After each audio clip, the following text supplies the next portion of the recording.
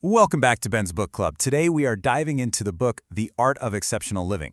We're going to uncover the foundational principles of a truly remarkable life. This explainer is looking at a classic piece of personal development literature from Jim Rohn. It's basically the resource that laid the groundwork for modern success philosophies and has literally influenced countless leaders all around the world. Now, Jim Rohn's backstory, it is just incredible. He actually went from being completely broke to becoming the mentor who taught Tony Robbins. Rohn grew up in a small farming town in Idaho, and by the time he was 25, he had a family, absolutely zero in the bank, and was making a meager $57 a week. But then, a chance encounter with a businessman named Earl Schaff completely transformed his trajectory. He went from profound financial struggle to literally shaping the minds of industry giants. And you know what?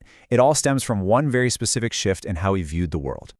So, at the heart of this entire philosophy is a massive paradigm shift. Rohn argues that the true measure of a successful life, well, it isn't the money, the cars, or the job titles you manage to accumulate. No, it's actually the person you evolve into during the pursuit of those things. It's a complete reframing of how society typically views ambition. There's a really stark contrast here between getting and becoming.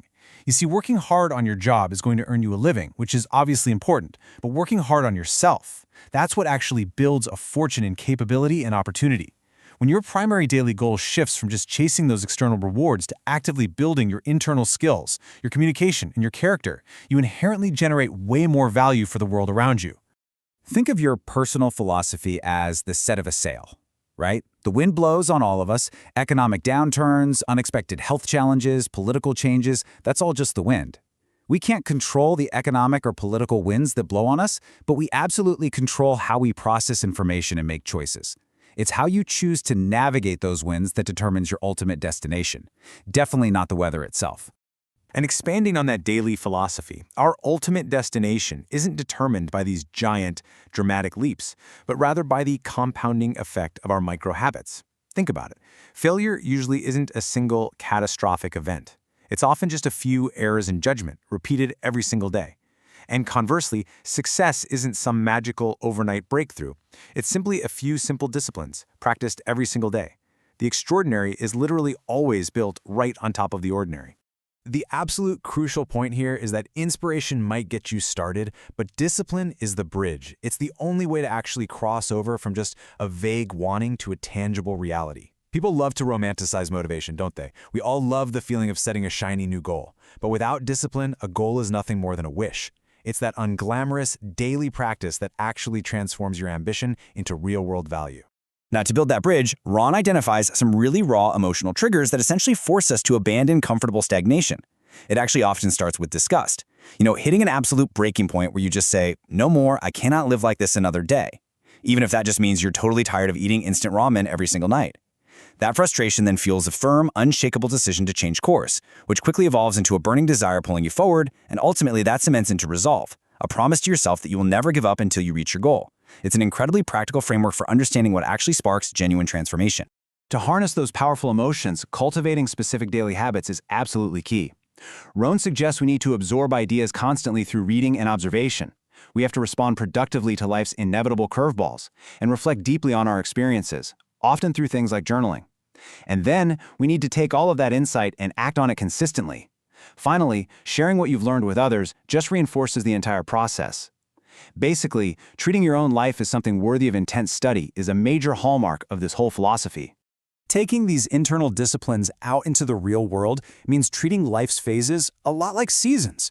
So, when you hit a winter of difficulty in life or business, the goal is to grow stronger, not to complain. Then, when spring brings a window of opportunity, you've got to seize it quickly because, well, it's fleeting. In summer, you must actively protect and defend the values and projects you're growing. And finally, in fall, when the harvest comes, you take full responsibility for whatever crop you've yielded. No apologies, no blame. This exact same disciplined approach must naturally be applied to our resources, too. It's about treating financial independence not as luck, but as a deliberate mathematical habit. This brings us to Rohn's famous 70-30 rule. The idea is to engineer your lifestyle so you live on just 70% of your net income. Then you deliberately allocate 10% to giving back, 10% to investing for future capital growth, and 10% to saving for absolute security. It completely removes the emotion from money management and just replaces it with a simple, repeatable formula. To actually fuel that financial formula, we have to remember that income follows value. That's exactly why lifelong education and skill building are absolutely non-negotiable. This is known as the law of compensation. Sure, you might clock in for 40 hours a week, but the marketplace isn't actually paying for your time. It's paying for the unique value you deliver during that time. So if you want to increase your compensation, you simply must increase your value. And that means reading, finding mentors, and refining your judgment every single day.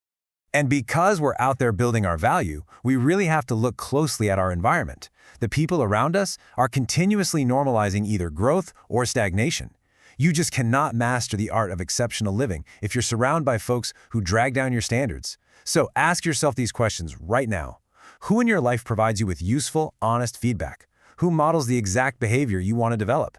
These relationships aren't just background noise. They are active ingredients in your personal development journey. Now, when applying these decades-old teachings today, it's pretty vital to ask a tough question. Does an extreme focus on individual choices overlook the very real economic and systemic barriers that people face? Critics often point out that the heavy individualism found in classic self-help literature can sometimes gloss over deep societal issues.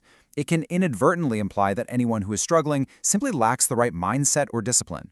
While self-improvement literature certainly cannot solve or explain away complex societal hurdles, focusing entirely on our controllable agency really remains the most practical tool we have.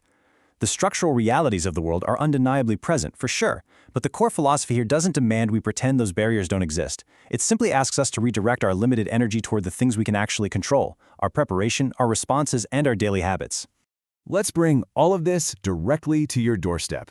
I'm challenging you to stop waiting for some dramatic breakthrough and just start mastering one basic fundamental today. Exceptional living doesn't start with a monumental shift. It starts with a 30-day challenge. Pick one ordinary thing: reading 10 pages a night, tracking every dollar you spend, or, just making your bed so it doesn't look like a wild bear slept in it. And practice it exceptionally well for the next month. Really feel what it's like to exercise that discipline. As we wrap up this explainer, I want you to really ponder what you're actually becoming. Look at your daily routines, your financial choices, and your social circle, and answer this question to yourself. Are your daily habits helping you become the person you say you want to be? If not, well, today's the day to change the set of your sail. Thank you so much for exploring these timeless concepts with me, and please subscribe so you don't miss an episode.